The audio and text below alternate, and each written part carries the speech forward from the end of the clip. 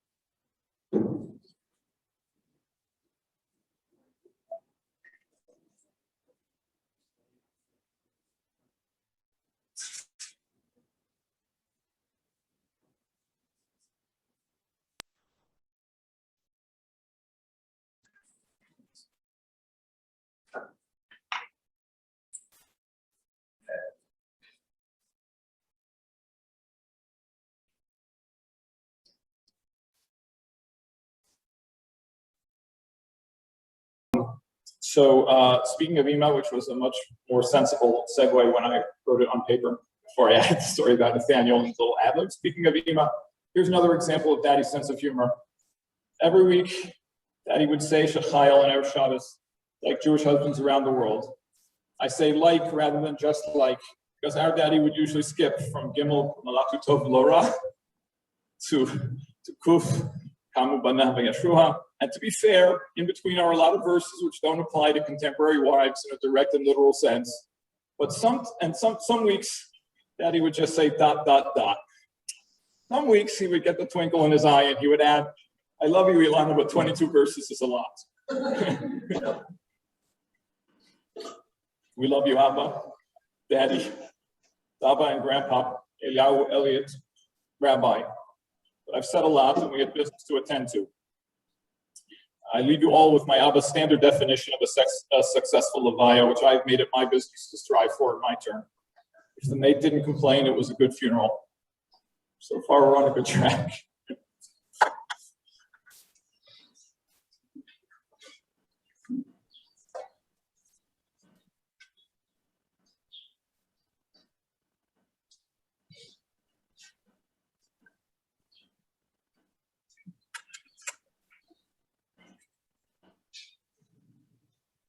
Just so you know, for a long, long time, my dad has made jokes about his funeral. And he always predicted that someday it would not be quite right. So I just need to make sure that my kids and my wife can hear me. So Ariella, if you're still texting, just text that you can hear before I keep going, so that I know you've got the sound on. And everybody else just talk amongst yourselves. Is it working? Ariella's been texting me that it's not good. I can hear. Okay, good. I was going to ask Donnie Rose, who works for IBM, to fix stuff.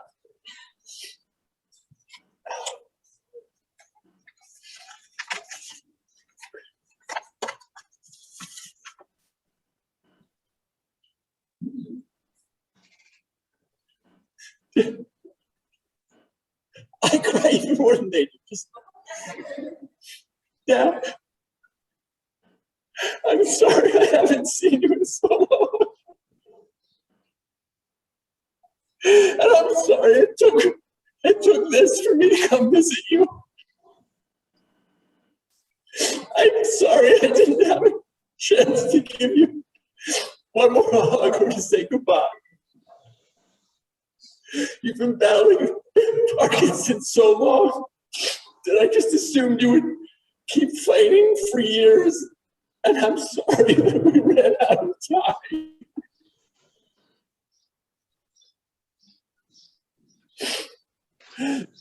That's what I was thinking about when I went to sleep on Tuesday. And I need more time. More time to hear your stories and to play games and enjoy your puns. And a line from Shakespeare was like reverberating in my head, out of context, but it was the line that was in my head. Tomorrow, and tomorrow, and tomorrow creeps in this petty pace from day to day. until the end of recorded time, until the last syllable of recorded time. And that's really a line about the futility of life, that our yesterdays have all, lighted fools their way to death. But all I could think about tomorrow and tomorrow and tomorrow was that I wasted so many tomorrows. They may be futile, and you'd still be gone. But I wish I hadn't thought so many times. Tomorrow, I'll call tomorrow. Dad will have a new story for me tomorrow. We'll play a game tomorrow. Because now we're out of tomorrows. And they're all used up. And the next morning, I was still thinking about the futility of all those tomorrows. But I was comforted knowing that you never felt that life was futile. You worried about when you would run out of tomorrows because you lived such a full life. And you spent your life in the service of others. And because you've always been at peace with the Kadosh Baruch Hu, you always had the right answers, but you never tried to force your answers on anyone else, including your children and your grandchildren. Shama told me he's going through whatever, and he talked to lots of people. Lots of people about his problem, Naomi and Tzvi, and he said only grandmom and grandpa had no agenda. They just listened, and they just wanted to help me because grandpa never told anybody that this is what you have to do. That's why he has 3 crazy children who are all much more, religious than he is. You, Dad, spoke your truth quietly and calmly, and always with compassion and understanding. You never tried to convince anyone that your way was the only way, and you never.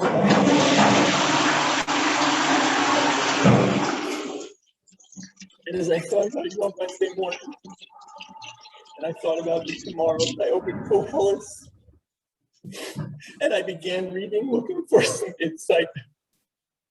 Tomorrow and tomorrow and tomorrow. Hakol havel, dor balei, v'dor ba, v'haaretz lo lev, umedes, ma shehaya, hu sheyeh uma, shena'asa, hu sheyeh ve'ein kol chadash, tachat hashemesh, ...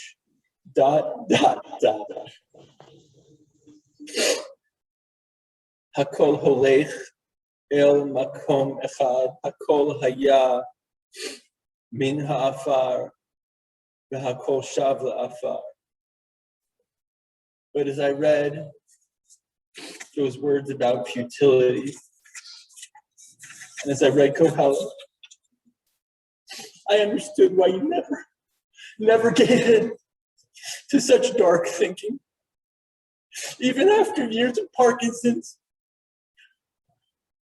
where every day must have been frustrating and painful and debilitating. But Kohelet's frustration is driven by a need to acquire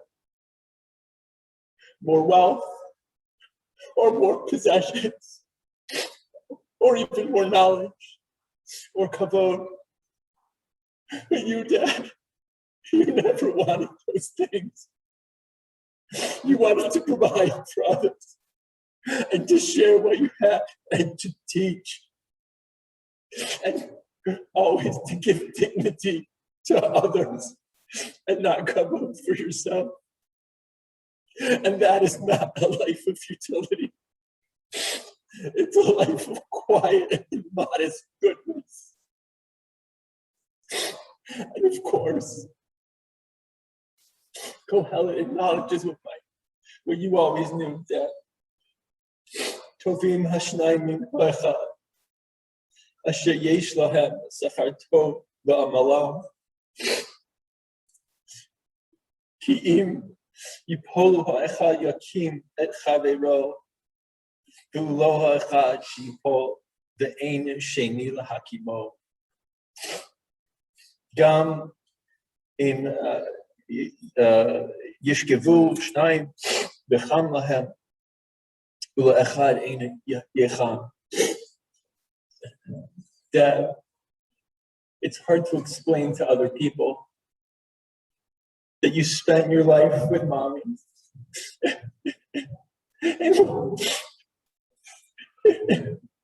and one long adventure together. Living life on your own terms, as no one else would or could. And together you saw the world. For 50 years, you've traveled together from place to place. Always together, with no one else. The two of you serving your country and Am Yisrael, together with integrity and devotion, bringing Torah everywhere you went, from New York to Germany and Fort Bragg, the installation formerly known as Fort Bragg, I don't know if I'm allowed to say that anymore. Chicago, Phoenix, Texas, England, where we had so much fun, that you loved so much, and where we all explored together. We had such a great adventure during those 5 years. Castles, you guys can't imagine. Castles and palaces every week. London and Scotland and Ireland, Germany, Austria, Switzerland, France, and of course Israel. How many other Jewish kids in the 80s stood on the eagle's nest and made Hitler spin in his grave? Or went to the Marionnettenspiel in Salzburg in Austria? Or the Wasserspiel at that castle whose name I can't remember, but my dad would have known immediately. That's one, the Schwanstein. But Dad would have known immediately if I'd asked him on Tuesday morning. And Naomi still knows right away. How many, forget Jewish kids, how many American kids would get to do all those things? I can count them all on one hand, and they're all in this room. Nobody else had the experiences that we had with you and Mommy. And you loved sharing all of those adventures with Mommy and with us. And my favorite, of course, was our trip to Berlin in 1988. It was just the two of us that time, because Boas didn't do his homework or something, and I got to go instead. Thank you, Boas. The museums and the zoo and the Wannsee and the wall, which was still there. And Dad's crazy Michigas, and he kissed the wall. You'll ask Naomi to explain it to you later. And the Berliner Bahn that we got in East Germany when we crossed the wall.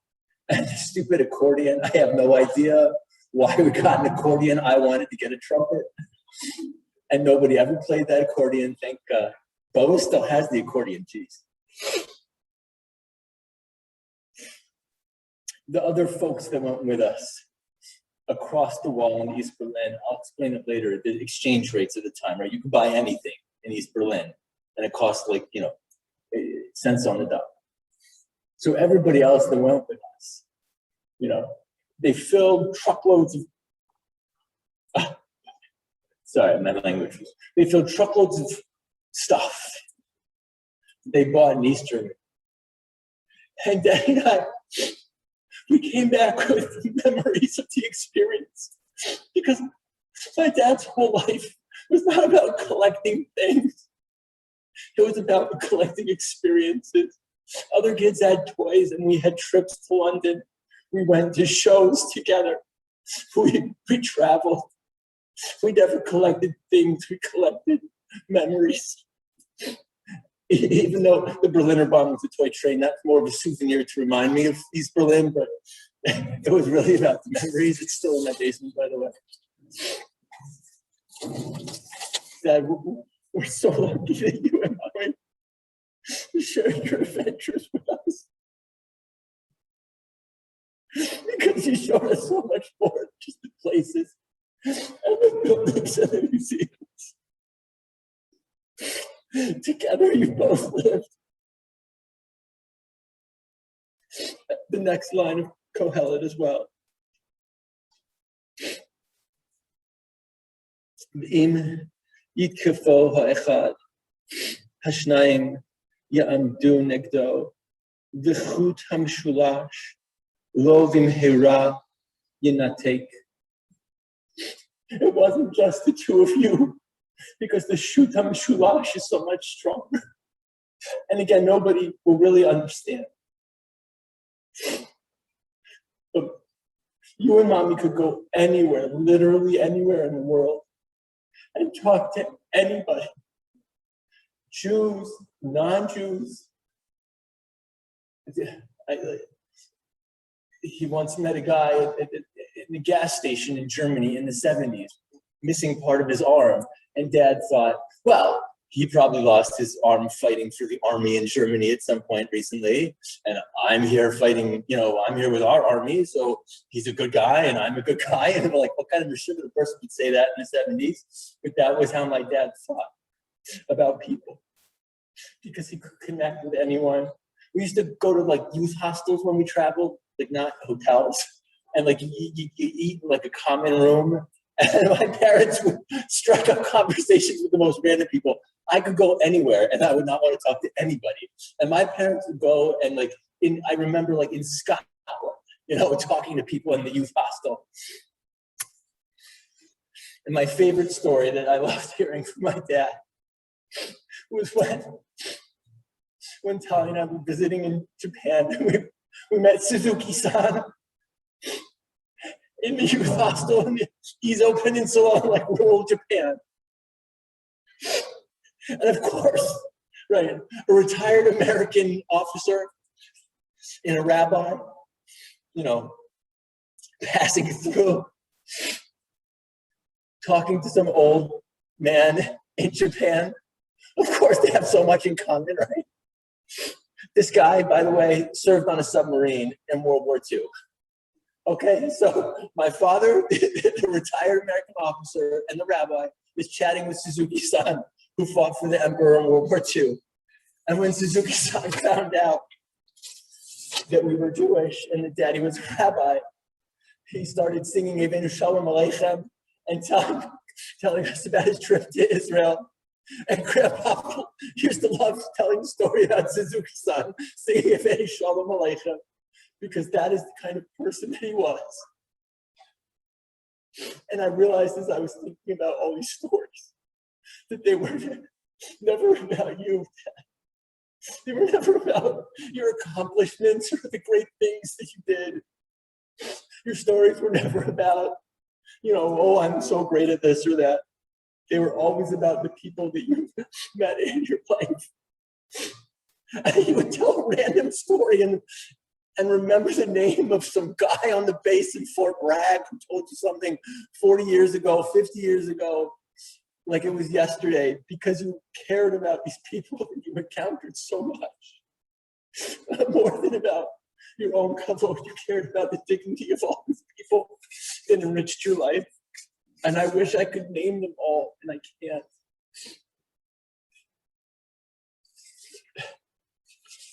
This year, a few weeks ago, was the 30th anniversary of my bar mitzvah, Dad. On Shabbos, I asked the Kabbalah if I could say that for and he made me daven Moshe too. And I was thinking about you while I said Hashom, because I did it exactly the way you taught me. and none of the newfangled stuff that I picked up along the way. Ve'erastich li le'olam, ve'erastich li b'tzedek u'mishpat, v'chesed v'rachamim. Ve'erastich li b'emunah, v'yadat es Adonai. And then Shema and I called you after Shabbos or Sunday or whatever, because I said, Shema, we have to thank Grandpa for teaching us how to learn and to daven and read the Haftorah. We got on the phone and I thanked Dad. And I never thanked him enough. And I said, thank you for teaching me how to learn and daven. And of course, he told me a story about when he told the cantor who taught him, whose name he remembered instantly. And 30 years later, 40 years later, he saw this cantor and he said, thank you for teaching me how to lay it down. And his teacher said, you've been doing it for 40 years, so you've learned on your own now. It's not to my credit anymore. And that's how my dad thought about things. He never took the credit. He always gave everyone else the credit for their accomplishments. And he said, don't thank me. You've been laning and davening and reading Haftorah for 30 years since your bar mitzvah. Sorry, I have a lot of stories about my dad because he loved telling stories. Thank you, Dad, for everything that you taught me.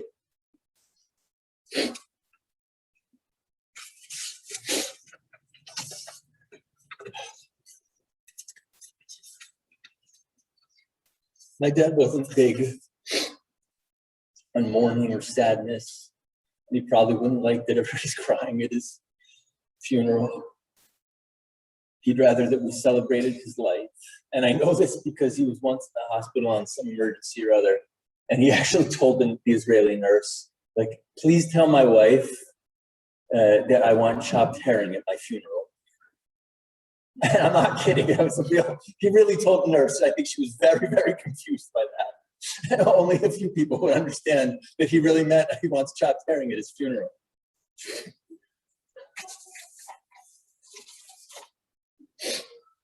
So I'm sure that people will volunteer to learn or to say to him or give tzedakah. But I'm not sure that's what my dad would appreciate the most. Maybe he would appreciate it. Make him a lemon ring pot. And maybe on Shabbos, sit with your kids and play a game. Play a board game in memory of my dad. A game of Monopoly or Risk is best. If you happen to have Talisman like Uncle Sally or Uncle Yaakov, you can play Talisman, but he doesn't really like Talisman. He just plays it to be nice. Play Monopoly or Risk. And that would be the best tribute to my dad.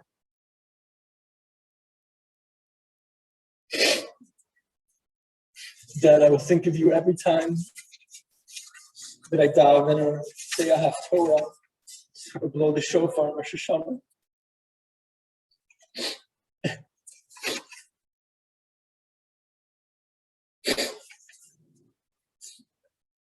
Your hardest journey, I think, was Parkinson's, and I'll try to wrap up in a second. I haven't seen my dad in like 5 years. But even in Parkinson's, you understood Kohelet. Ki'im yipolu ha'echad yorim et chavero. In Parkinson's, Mommy was always there to pick you up because you were in it together everywhere you went, even though you didn't always like it. Mommy was always there. And you made your last journey together to Israel to make Aliyah, as you always promised that you would do. It was your one last adventure to come to Israel. When I was little, I used to be very scared of death.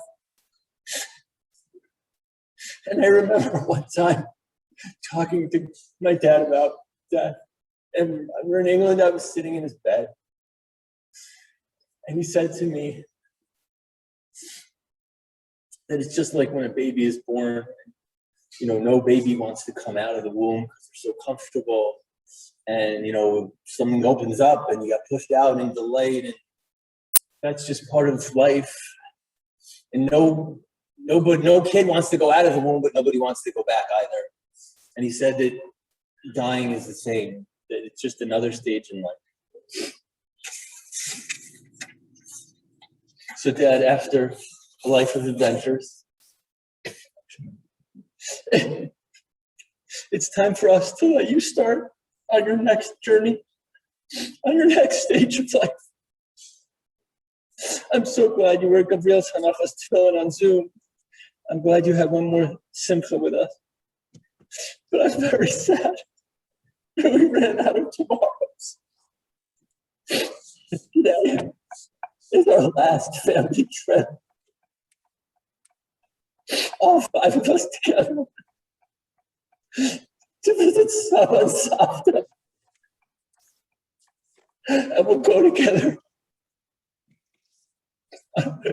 We'll leave you behind with them. And we'll say our goodbye as you continue on your journey. I love you, Dad.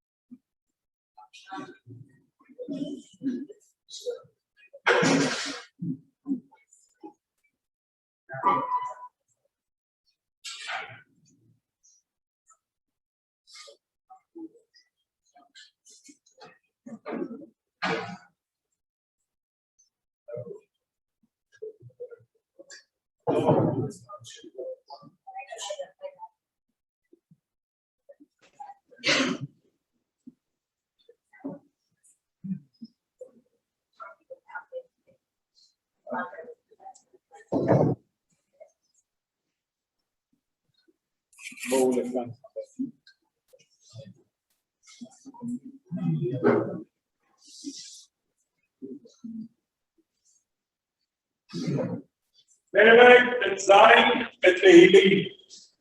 מכתוב אל אלוהים שומרי תהילים מסיבות אומר אותם ויום ידריך סיבה לא נכו לפדוי שימה לא ועצים ובדרך ובחתיבו ירקו עצמי סמך ובואו ובלסתי תסתם ומתוך ובלסו עצמי סמך ספונסורי Adonai nas petito poizia tutti coi poli a voi non prima di la socoloi a voi pensare che io sono i corsi studi di soli mi siamo voi delle persone che vale voi non penso ma di vivere per quei che sono il figlio verità לא יצחק, לא ינף, לישוי, לא יסיתם חסיד כל לירוי שוחס. לא ידירי יואל, עין שחס חונכו, לימוי ספירין חונצה.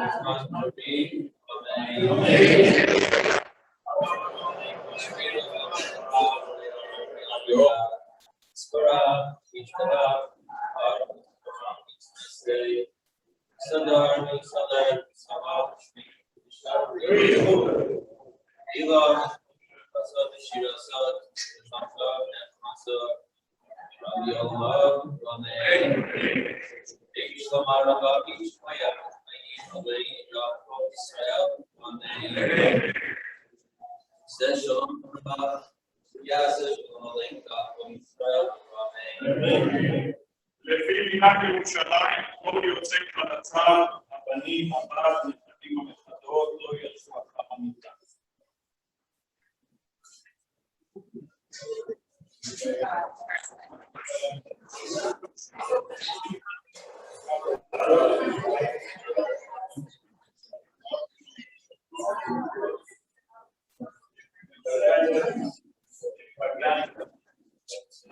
You go ahead.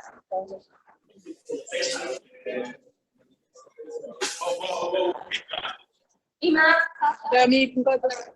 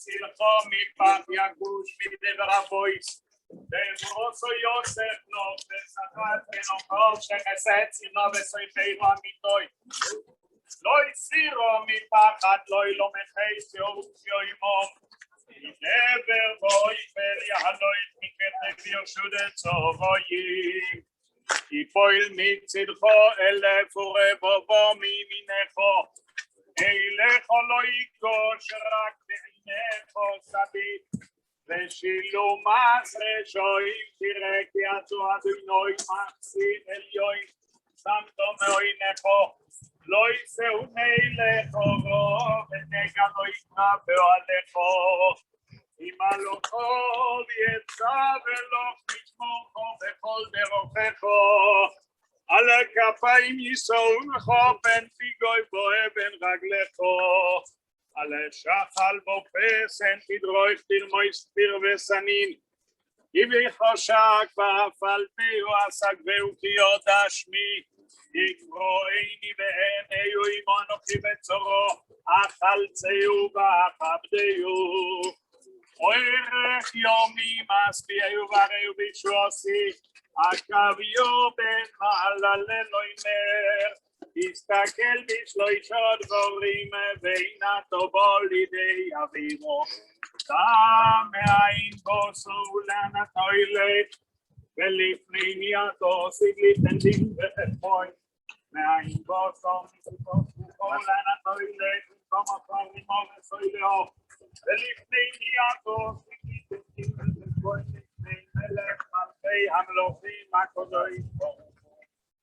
והוא רחום יכפר ובוין ולא ישליך, ויכול להושיב אפוי ולא יועיל כל חמוסוי.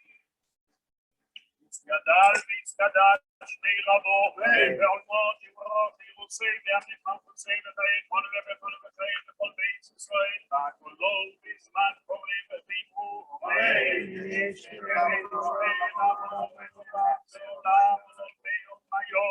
יסתובב וישתבח ויתפאר וישמח ויתעשה ויסעדו ויסעלם ויסעלול שמי לקודשו וישתבח כל במצוסו ושירוסו ובחוסו ונפמוסו לאמירות עולמו וימרו אמן. שלמה רבו ממשמיו וחיימו בינו ועל כל ישראל וימרו אמן. ויעשה שלום וימרו עמו ויעשה שלום עלינו ועל כל ישראל וימרו אמן. וישב אצל עליון אצל שדי צלינון אוי מעלה אוי מעלה.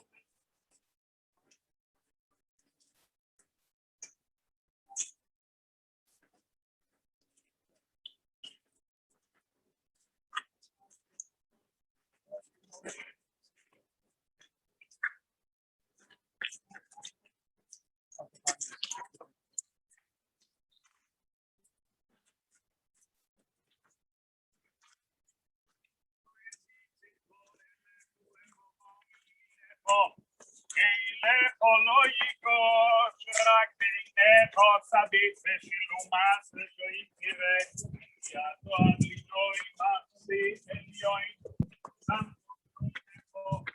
לא יפלוני לחורו ונגע לא יפלב לאוהלכו אמא לא כל יפלב וכל לבבכו על כפיים ישורכו ושנגלו ושנגלו Alexander confessem que nós temos o Espírito Santo que depois da graça de Deus saiu daqui e foi em igreja e o irmão que venceu a calceu va capteu oi regio mi masia eu vareu bicho assim acabio ben malalel oi meris takel bicho e shod bovrim veina tovol idea viro Dame ein gozo ulana toilech velifnei miato sidli tendine vecheshoin. Me ein gozo ulana toilech v'komokorim ovesilio. Velifnei miato sidli tendine vecheshoin. Lifnei melech malchei hamlochim hakodosh baruch hu. Vehu rachum yechaper rogoin v'lo yashchis. וירבו להושיב אפוי ולא יועיר כל החמוסויים.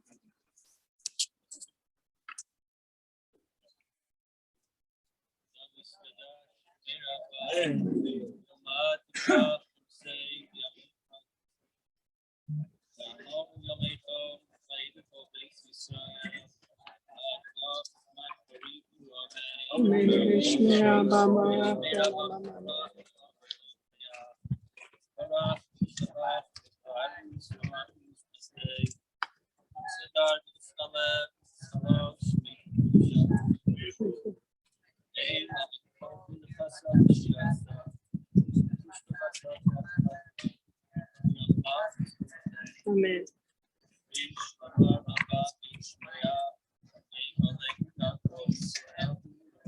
Amen.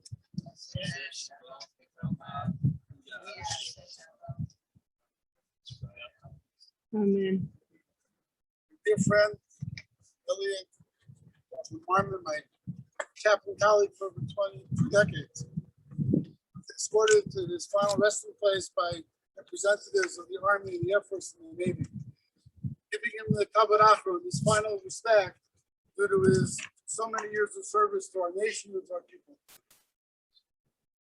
Life presented with a flag on behalf of the United States government, on behalf of his true and faithful service to America and to the Jewish people who he served around the world, which we owe our debt of gratitude. Every service member who ever met him, interacted with him, benefited from that interaction. He deserves this Kabbat Achron. we will, as we leave all of our former military personnel, that this final act that we have will be the playing of caps.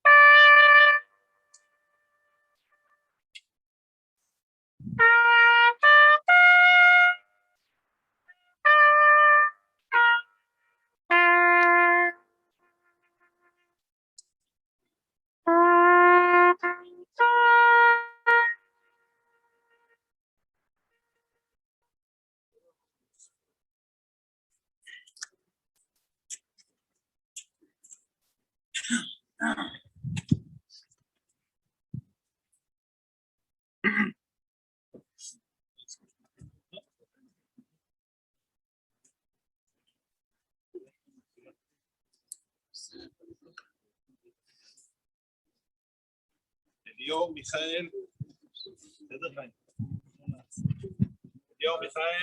אליאור מיכאל בן משה, קימה לו חוב יצא ולא לשמור חוב בכל דרוכיך.